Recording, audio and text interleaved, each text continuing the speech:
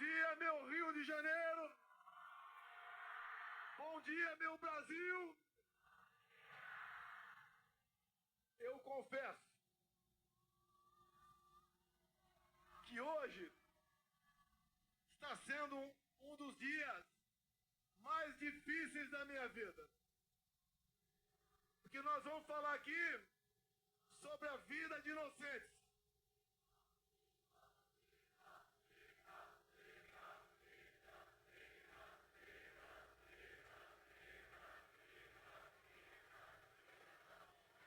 Nós vamos falar sobre a vida de inocentes.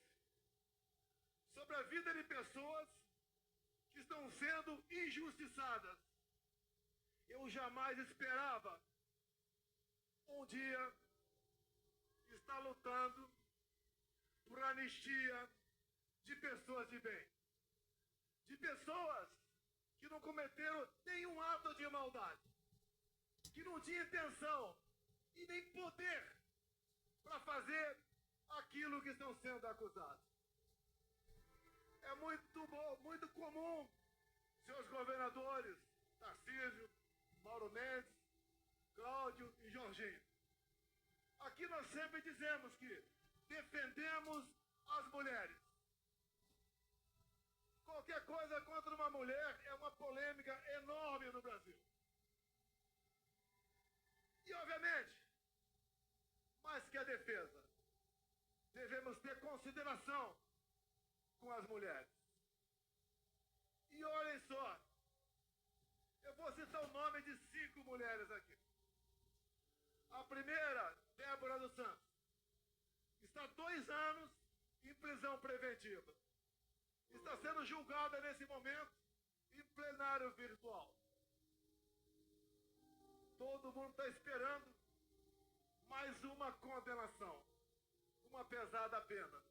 Eu peço a Deus que isso não ocorra.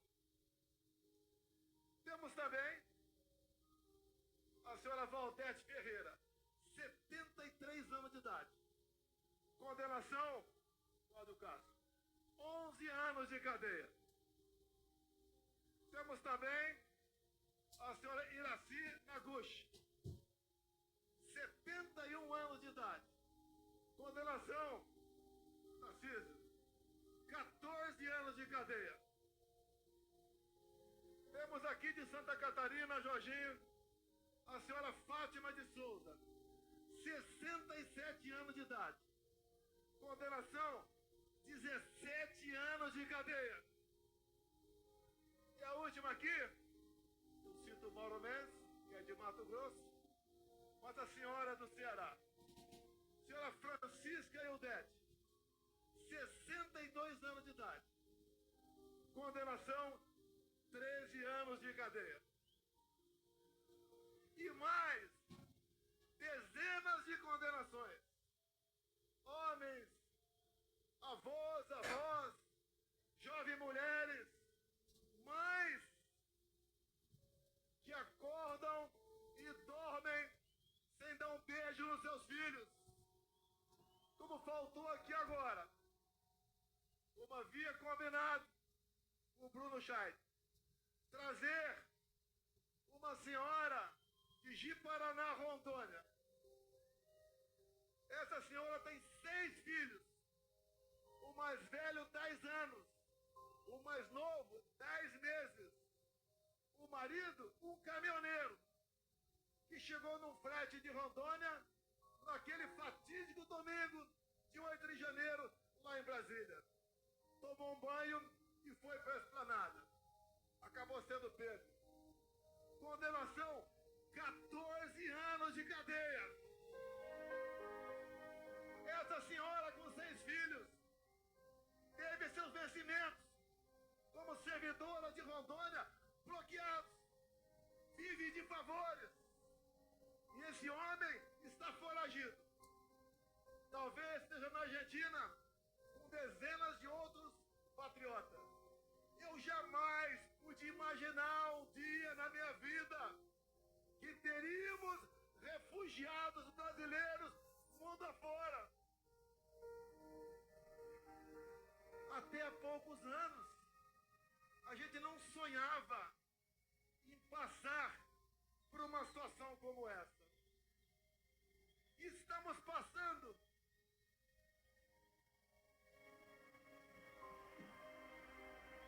Tem alguém passando mal, é isso? O bombeiro, por favor. Aquela senhora que está em pé ali, levantando a mão, tem uma pessoa que está passando mal ali, por favor.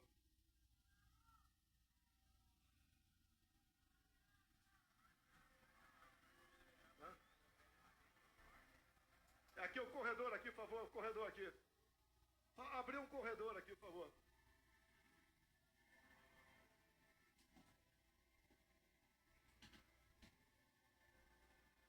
Ok?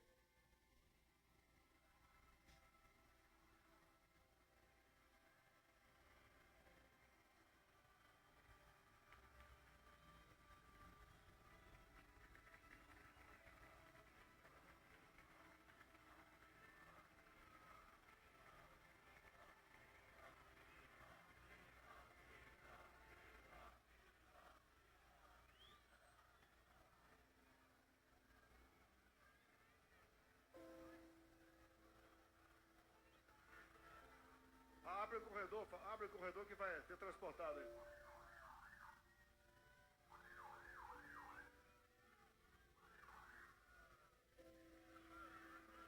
Ok? Posso continuar?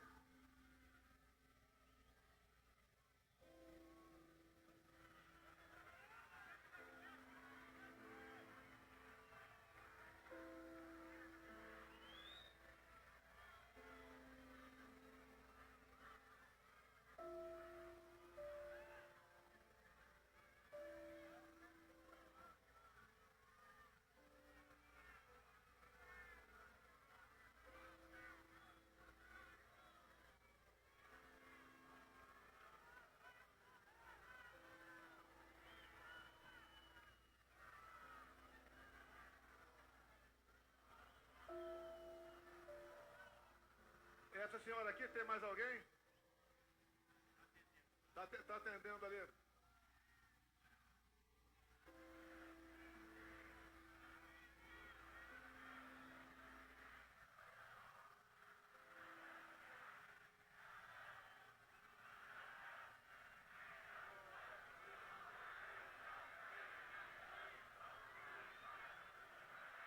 Está sendo atendida aí, posso continuar?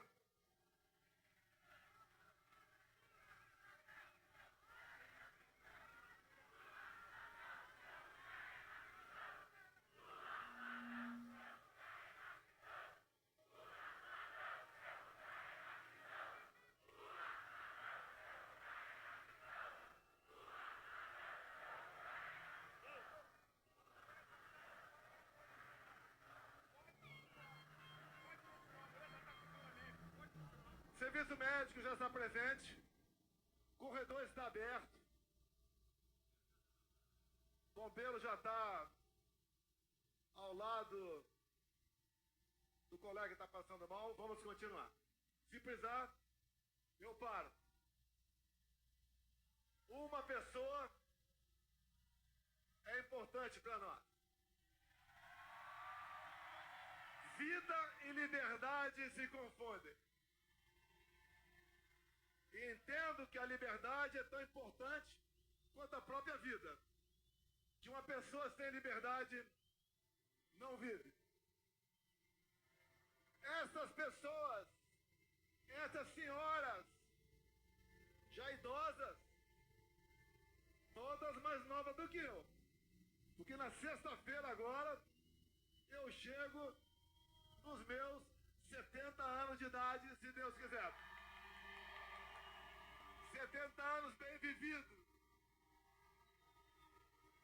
Algumas tribulações, mas a satisfação e a consciência está ajudando o seu país a sair da escuridão. Essas pessoas que eu citei aqui, senhoras idosas, acusações, entre outras, dano qualificado. Elas têm força para quebrar alguma coisa? Tem alguma imagem de uma delas quebrando alguma coisa? O que nós sabemos? que a pena tem que ser aplicada a quem realmente cometeu aquele dano.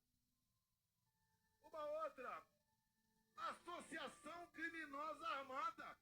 Essas senhoras, foi encontrada alguma arma com alguém no dia 8 de janeiro de 23? Uma outra, golpe de Estado. Como disse há poucas semanas no programa Roda Viva, ministro da Defesa José Múcio, golpe de Estado é o povo, Forças Armadas e uma liderança. Quem é a liderança ou quem foi a liderança dessas pessoas? Não tiveram. Foram atraídas para uma armadilha. Até o presidente da República, que costuma acordar tarde durante a semana, acordou cedo domingo e foi para Araraquara. Outro dia conversei com um colega de Israel. Ele falou: que golpe foi esse que o Mossad não ficou sabendo? Quando se há uma tentativa dessa natureza pelo mundo, em poucos minutos, o mundo todo toma conhecimento. Mas qual o objetivo deles? O que eles querem? Todas as narrativas contra mim foram para o espaço. Marielle Franco, Baleia, 100 imóveis no Vale do Ribeira, móveis no Alvorada, joias, vacina, tudo foi embora. Sobrou a fumaça do golpe. Quando Malafaia fala em dispositivos constitucionais, eu talvez, por obrigação, conheço um pouco mais a Constituição do que ele. Quando se fala em estado de sítio, estado de defesa, o primeiro passo é o presidente convocar os conselhos da defesa e o Conselho da República. Foi convocado? Não! Você vai naquele trabalho mal feito, daquela banda da Polícia Federal, que serve Alexandre de Moraes. Está lá que o golpe, segundo eles, começou no dia 29 de julho de 21. Alguém sabe o que aconteceu nesse dia? Você não sabe. Uma live que eu fiz lá no Alvorada e critiquei o sistema eletrônico de votação, onde eu dissequei um inquérito aberto em novembro de 2018. Inquérito que até hoje está em aberto. Inquérito esse que eu mostrei para os embaixadores, que no dia seguinte o Alexandre de Moraes classificou esse inquérito como confidencial, ou seja, secreto.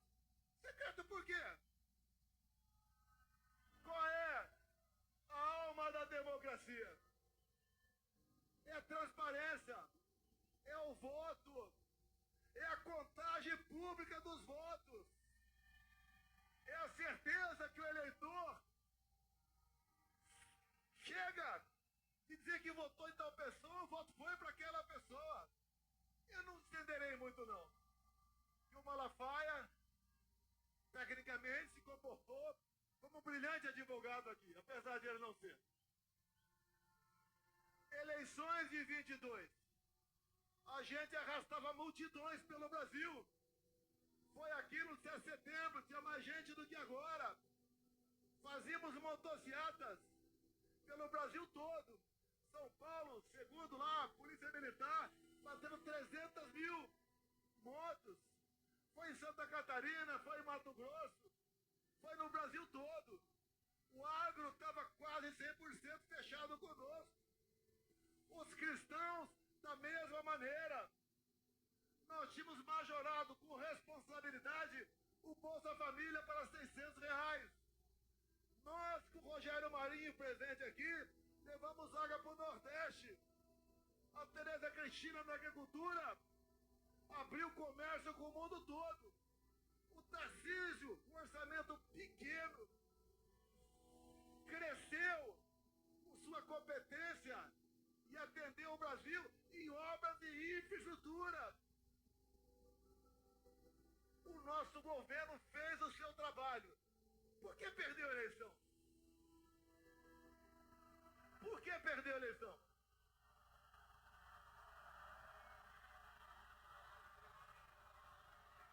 Será que a resposta está no inquérito 1361, secreto até hoje? Eu cometo um crime. Tranquilo. Se a Rede Globo de televisão me convidar para, a exemplo do que tive no Flow agora, 3 horas ao vivo. Rede Globo, 3 horas ao vivo. Vocês perguntem o que bem entender. Eu quero 30 minutos para falar do Brasil. Mas pergunte o que bem entender. E eu abro esse inquérito secreto ao vivo na TV Globo. Não sei se meus advogados conseguirão esse inquérito. Mas que a divulgação do inquérito foi o início do golpe, o povo tem que saber o que está nesse inquérito.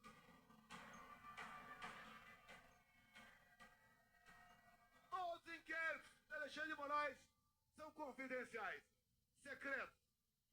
Ninguém pode saber de nada que está ali. Ele começou a investigar o presidente da República em julho de 21. A PF não pode investigar o presidente. E não tinha um fato definido. Era um inquérito secreto, original daquele outro, do fim do mundo. Nos acompanhava 24 horas por dia. O que eles queriam com isso? Minar a presidência da República. Não queriam que a gente continuasse. E houve, sim, mão pesada do Alexandre de Moraes por ocasião das eleições de 22. Por exemplo, segundo decisão dele, eu não podia mostrar a imagem do Lula defendendo o aborto. Eu não podia botar a imagem do Lula defendendo ladrões de celular, dizendo que isso era para tomar uma cervejinha. Eu não podia mostrar a imagem do Lula com ditadores do mundo todo. Eu não pude mostrar o Lula em 2009 no Irã defendendo o enriquecimento de urânio para aquele país e o Lula dizendo que era para fins pacíficos. E nós sabemos, o que o Irã sempre quis foi varrer Israel do mapa. Eu não pude mostrar imagens do 7 de setembro. Eu não pude mostrar imagens do cortejo fúnebre da rainha da Inglaterra. Eu não pude mostrar trechos das minhas falas por ocasião da ONU. Ele fez uma campanha para menores de 16 e 17 anos tirar título. E essa garotada dessa faixa etária, a tendência é sempre votar na esquerda. Mais de 4 milhões de votos aí. Pelo menos 2 milhões pro outro lado. Nos foi retirado 1,5 milhão de inserções de rádio por ocasião das eleições. O outro lado podia fazer tudo. Me chamava de misógino, de fascista, de nazista, até de pedófilo os caras me chamaram. De assassino da Marielle Franco. Podia tudo. E nós vimos de uma pandemia e de uma guerra. E nós demos tudo pelo Brasil. Se não fosse a excelente qualidade dos meus ministros e teus assessores, o Brasil tinha afundado na economia. Mas foi diferente. Atendemos mais humildes com auxílio emergencial. Compramos 600 milhões de doses de vacina para quem quis tomar. Não exigi de ninguém não cobrei cartão vacinal. E o mundo está vendo agora o que foi aquele período, em especial, um relatório do Congresso americano de 500 páginas sobre o assunto. A verdade dói e pode tardar, mas ela não falha. Essas pessoas que estão presas, homens e mulheres, idosos, jovens mães, esse é o motivo desse nosso encontro aqui hoje em Copacabana. Mas o que eles querem no final das contas? Como o ministro disse há pouco tempo, nós derrotamos o bolsonarismo. O que eles querem? Como viram que a questão da inelegibilidade dá para ser alterada. Afinal de contas, me tornaram inelegível por quê? Pegaram dinheiro na minha cueca? Alguma caixa de dinheiro no meu apartamento? Algum desfalque estatal? Porque me reuni com embaixadores. E a outra, porque subir no carro de som do Silas Malafaia. A primeira, abuso de poder político. Não ganhei nenhum voto com aquilo. A outra, abuso de poder econômico. Não gastei nenhum centavo com isso também. O que eles querem? É uma condenação. Se é 17 anos para as pessoas humildes, é para justificar 28 anos para mim. Não vou sair do Brasil. A minha vida estaria muito mais tranquila se eu estivesse do lado deles. Infelizmente, quem prejulga e julga e faz maldade contra o povo, não posso estar do lado dessas pessoas. Escolhi o lado mais difícil, o lado do meu povo brasileiro. Não tenho obsessão pelo poder. Eu tenho paixão pelo meu Brasil. Se algo na covardia acontecer comigo, continue lutando. O que eles querem aqui no Brasil é fazer igual a Venezuela. Lá foi implementado o voto impresso por pressão do governo Biden. E a primeira vez que teve eleições com voto impresso lá na Venezuela, o que aconteceu? Primeiro, o Maduro tirou da sua frente a sua oposição. Tornou Maria Corina e Capriles inelegíveis por 15 anos. Com a acusação? Atos antidemocráticos. Alguma semelhança com o Brasil? Quando eles querem me tirar por uma condenação, já que a inelegibilidade está ameaçada para eles, inventam uma historinha de golpe. Que golpe é esse que eu tenho que provar que não dei? E tem que ser o contrário. Eles têm que provar que eu tentei. Queria dizer que o golpe começou no dia 29 de julho de 21 e terminou no dia 8 de janeiro de 23. Ninguém engole essa história.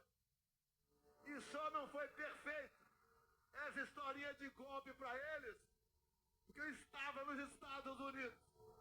Se tivesse aqui, estaria preso até hoje, ou quem sabe, morto por eles. Eu vou ser um problema para eles, preso ou morto. Mas eu deixo acesa a chama da esperança, da libertação do nosso povo. Afinal, o Brasil é um país fantástico. Desculpem o pessoal lá de Israel. Aqui é a terra prometida. Aqui é a terra de Deus. Aqui temos gente do mundo todo. E não vai ser uma pessoa que vai nos derrotar, que vai nos intimidar. E agora, indo para o encerramento, senhores deputados federais, senhores senadores, parte presente aqui, nós temos um compromisso que está no coração de qualquer um de vocês. É buscar anistia aos nossos irmãos e irmãs que estão presos nesse momento. Não podemos entender que continuemos tendo órfãos de pais vivos pelo Brasil. Não existe maldade maior do que essa. Hoje, com o levantamento, já temos voto suficiente para aprovar na Câmara. Como disse aqui Rodrigo Valadares, lá de Sergipe, que é o relator dessa proposta, e também o sócio de Cavalcante, que é o líder do nosso partido lá na Câmara. Nós seremos vitoriosos. Nós veremos aparecer a justiça, se não é para aquele outro poder que existe para isso, pelo poder legislativo, que até o Lula vete. Nós derrubaremos o veto. Agora, por que a esquerda dá conta da anistia? Já que eles, ao longo da história, sempre foram beneficiários da anistia. Como disse há pouco tempo, editorial, o jornal, o Estado de São Paulo. Se tirar das mãos do PT a falsa bandeira de defesa da democracia, o PT não existe. Não tem o que apresentar para vocês. Nem para alimentar o pobre, que eles sempre disseram que a nossa meta é dar comida para o pobre, nem isso tem mais. Pesquisas, acreditem ou não, lá do Rio Grande do Norte, eu estou na frente do Lula.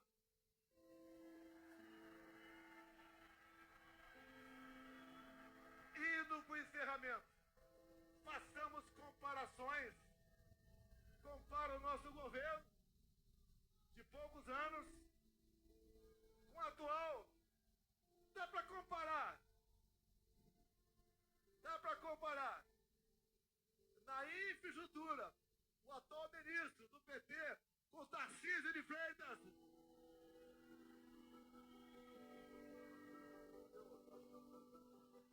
Dá para comparar aquele ministro taradão, quem diria, ministro dos Direitos Humanos.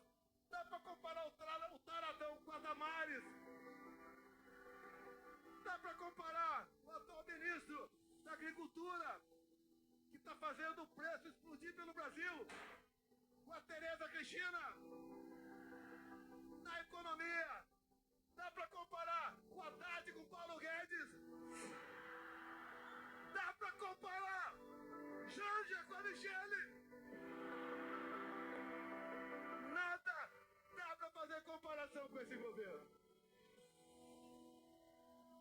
E a gente se pergunta o tempo todo: quem tirou esse cara da cadeia? Quem anulou os julgamentos? Quem trabalhou no escurinho do cinema para colocá-lo na presidência da República? Esses que fizeram esse trabalho dizem: salvamos a democracia. Essa democracia que está vivendo com prisão de inocentes, com tortura em cima de depoentes, com ameaça de censurar as mídias sociais. Sem liberdade de expressão, não tem democracia. O trabalho não é fácil. Alguns querem rapidez. Mas creio que o que está acontecendo vai servir de musculatura para todos, para que nós brevemente possamos dizer aqui no Brasil: eu vivo num país democrático. E quem tem que dizer o que pode ou não ser feito no Brasil Brasil é o povo brasileiro. Nós somos escravos da vontade de vocês. Sempre digo, ninguém tem o que nós temos. O que está errado? Onde erramos? Escolhas. Escolhas. Qual deveria ser, politicamente falando, a melhor região do Brasil? A mais próspera, a com mais igualdade, com mais oportunidade, com mais amor. Tinha que ser respeitosamente o nosso Nordeste. E por que não é? Não é porque o PT está 20 anos lá, roubando o nordestino, sonegando educação para eles. Os estados com maior índice de violência, infelizmente, é o Nordeste. E aqui comigo, por coincidência, os 2 melhores, os 3 melhores em índice de violência. Mato Grosso, Santa Catarina e São Paulo. Mas, meus amigos, meus irmãos do Rio de Janeiro, eu só tenho a agradecer a vocês. Desde que vocês acolheram esse jovem garoto caipira em 73, lá em Resende, na Academia Militar. Jamais eu esperava que a minha vida acontecesse tudo isso, bem como jamais esperava que na minha vida ele colocasse ao meu lado pessoas fantásticas, pessoas maravilhosas, patriotas, que têm Deus no coração. O meu ciclo vai se esgotar um dia, mas nós estamos deixando muitas pessoas capazes de me substituir no futuro. Por lá de lá, não tem nenhuma liderança. Por lá de lá, não tem o que falar para se apresentar junto a vocês. Nós acreditamos no futuro do nosso Brasil. E o último ato aqui. Esta senhora que está do meu lado e as suas 2 filhas. Aqui é a viúva do Crezão.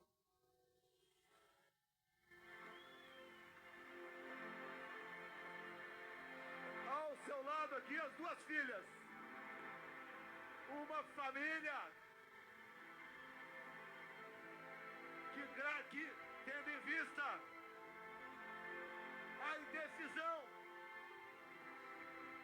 a decisão de alguém que devia usar sua caneta para fazer justiça, por 3 vezes negou a liberdade de um cardíaco para ser tratado condignamente.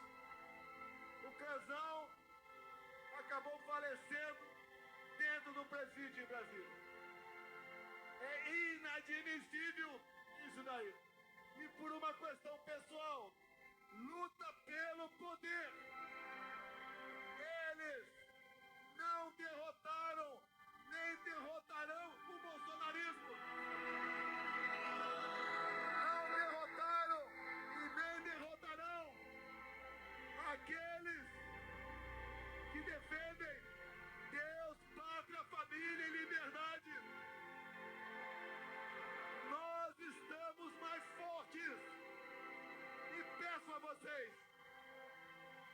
por ocasião das eleições do ano que vem, me deem 50% da Câmara e 50% do Senado, que eu mudo os destinos do nosso Brasil.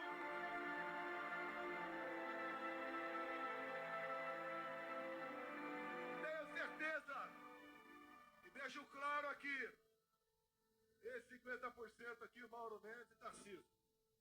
Não é PL, não. Tem gente boa em todos os partidos. Eu, inclusive, há poucos dias, tinha um velho problema e resolvi o Kassab em São Paulo. Ele está ao nosso lado, com a sua bancada, para aprovar a anistia em Brasília. Todos os partidos estão vindo.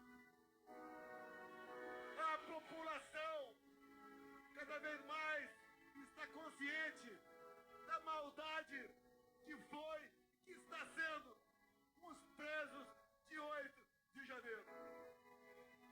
Vai ser uma data para ser esquecida para sempre. As marcas perdurarão para sempre, mas uma data para ser esquecida. Ou conhecida por uma minoria que, usando o poder da sua caneta, tentou jogar o Brasil nos braços de uma ditadura que vocês sabem como ela começa e como ela termina. Ainda dá tempo. O Brasil precisa de cada um de vocês. No próximo dia 6, estaremos na Paulista, em São Paulo. Depois iremos para o Nordeste. Talvez Aracaju, do deputado relator. E assim, nós vamos ganhando força. E com a verdade ao nosso lado, vamos mostrando que o Brasil tem sim de verdade.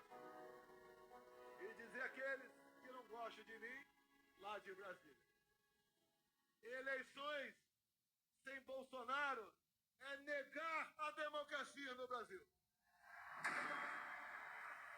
Se eu sou tão ruim assim, me derrote. E uma esperança para nós: o TSE, Tribunal Superior Eleitoral, por ocasião das eleições do ano que vem, será um tribunal isento, diferente daquele que conduziu as eleições em 2022. Muito obrigado a todos vocês. Obrigado a Deus pela minha segunda vida. Obrigado a esse povo maravilhoso que cada vez mais se interessa por política, que cada vez mais fala em valores e princípios. Para esse povo que está mudando o destino do nosso Brasil. Muito obrigado. Brasil, acima de tudo!